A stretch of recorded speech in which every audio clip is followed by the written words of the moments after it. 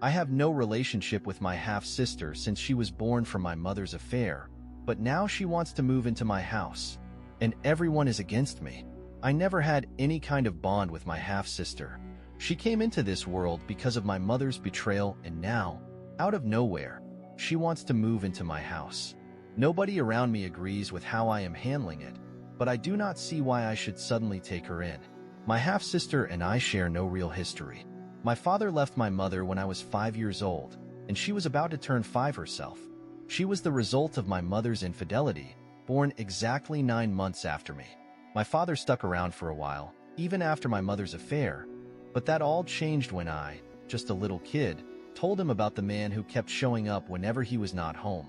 That man turned out to be my half-sister's biological father. My dad, unwilling to fight for a child that was not his, agreed to give my mother the house in exchange for having his name removed from her birth certificate. He paid child support for me until I turned 8, but my mother stopped taking me during her custody weeks when her new man decided he did not want a kid that was not his tagging along for holidays. My half-sister resented me for years. She believed her grandfather favored me over her. My father tried to keep things civil, hoping I would build some sort of relationship with her, but I had no interest in that, so I never did. She used to tell people she did not have a sister, and honestly, I never claimed her either. Then, out of the blue, she called me. I have no idea how she even got my number. She was crying, telling me our mother had thrown her out and wanted nothing to do with her now that she had married someone else. Some guy I had never heard of. I hung up without saying much, and that is when the text started. She was begging for my help, saying she had nowhere else to go. She told me her father had cut ties with her a long time ago, and nobody else in the family was stepping up to take her in. She lived 6 hours away from me, which, I guess, was easy to figure out since I live right next to my dad.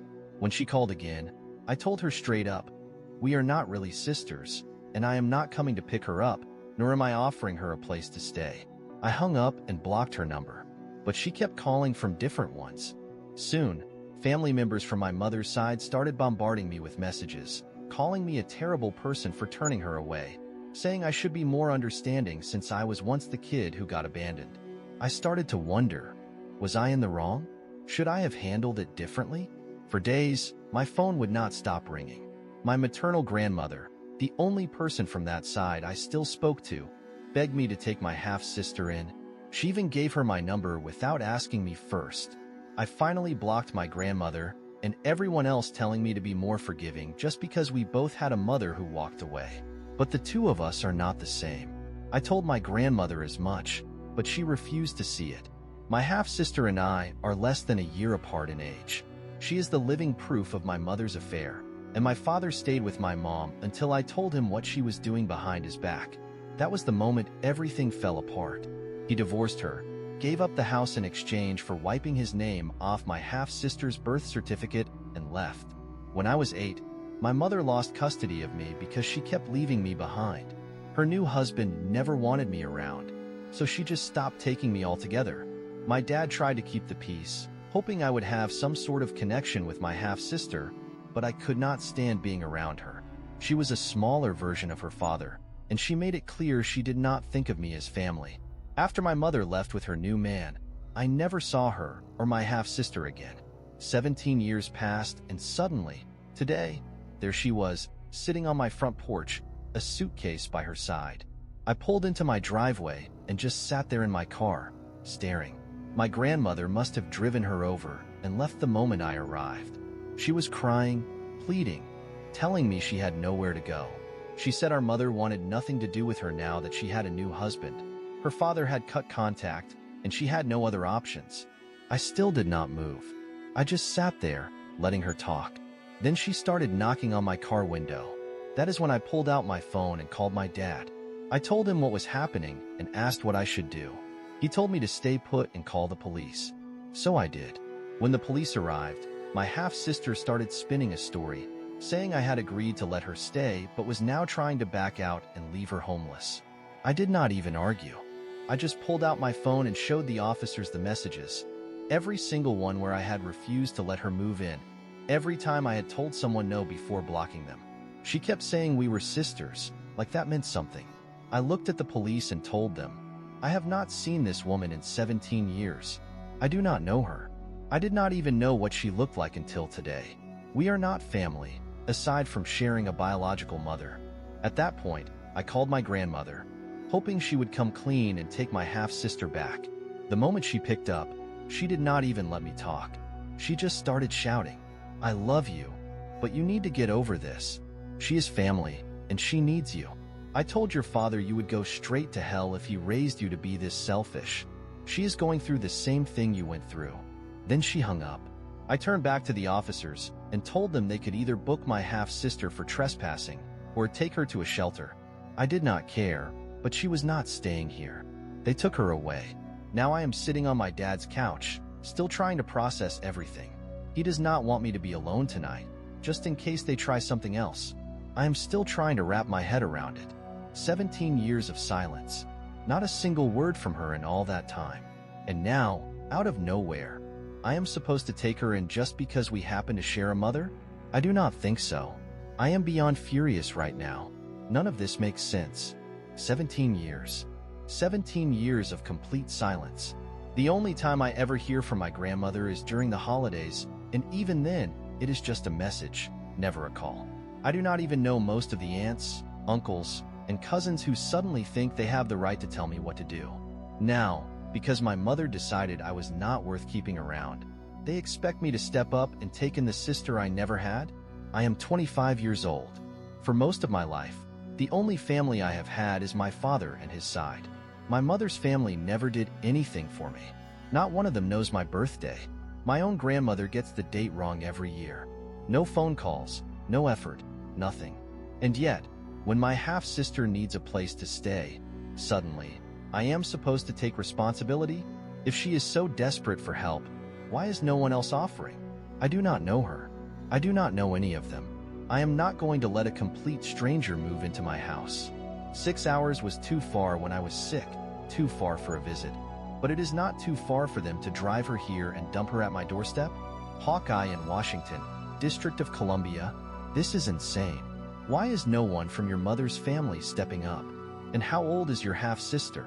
I also cannot believe your grandmother drove 12 hours just to drop her off like that. Original poster. She is 24, maybe 25. Her birthday is coming up, I think. And yes, it is completely crazy that my grandmother actually drove all the way here just to leave her at my house. I know there is more to this than I am being told, but honestly, I do not want to know. I just want them all to leave me alone. Hawkeye in Washington, District of Columbia. I know you are not planning to let her move in, but do not let them wear you down.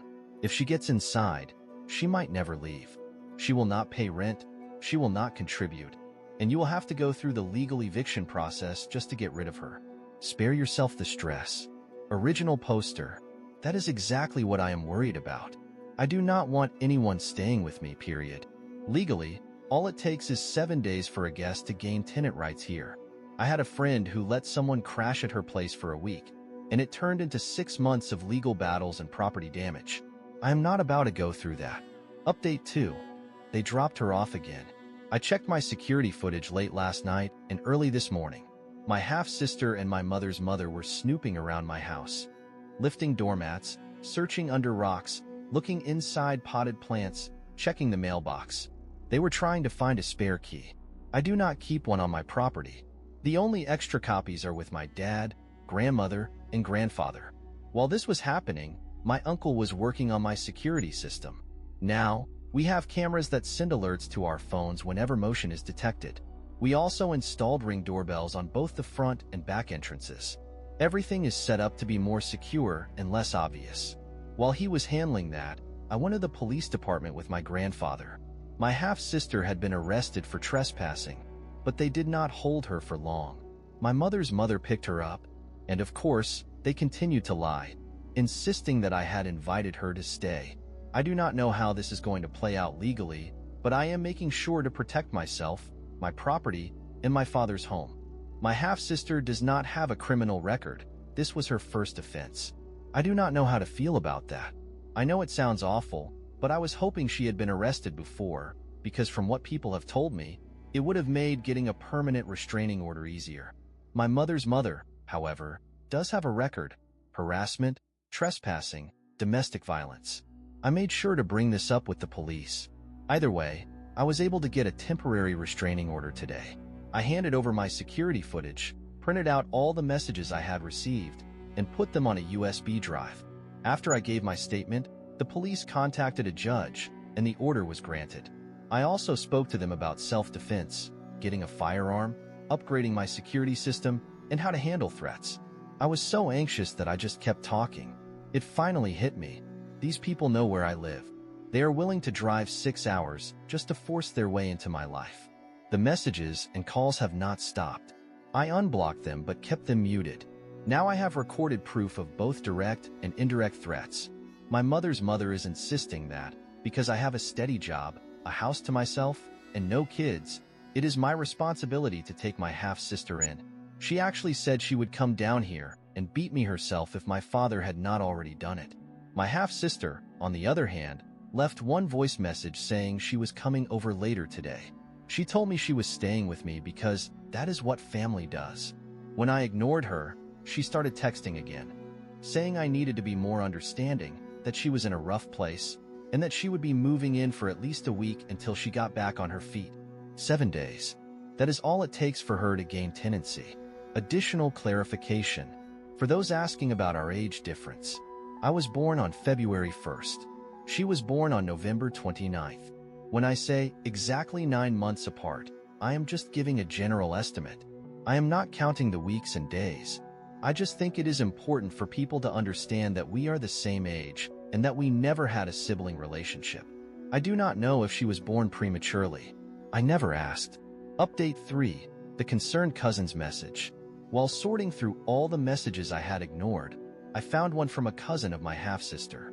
I had muted it without reading, but once I did, everything started making more sense. Here is what I found out. Apparently, my half-sister's father cut her off completely when she was 20. She had covered for my mother's affair with some other guy, and that was the last straw for her father. He stopped paying for her college, and since she had never really worked, she had no money of her own. A month ago, my mother kicked her out. Why? Because she had been sleeping with my mother's husband and his son. That son had just turned 18 2 months before. When she got home one day, all her stuff was outside, and the locks had been changed. No police involvement, no big fight. Just her things dumped outside and a silent message that she was no longer welcome. Nobody knows if my mother told the boy's mother, but she did tell the rest of the family. Her exact words? Protect your kids and your marriages. My half-sister claims it only happened once, on the kid's birthday. My mother insists she started messing with him before he turned 18. Now, the family is scrambling to find her somewhere to stay long-term because she is pregnant. Nobody likes her, but they all seem to agree that letting a pregnant woman be homeless is a bad look. One of my cousins reached out and admitted they are not even sure she is telling the truth about the pregnancy. She showed my grandmother a positive test, but nobody else has seen proof. And she has a history of lying. For the past month, she has been crashing wherever she can, but only at places where there are no kids. She borrowed someone's car without asking, took expensive things from people and pawned them. Someone gave her money for job interviews and travel. She blew it on fancy baby clothes instead. And the worst part? When people try to kick her out, she gets the police involved and lies to get them arrested.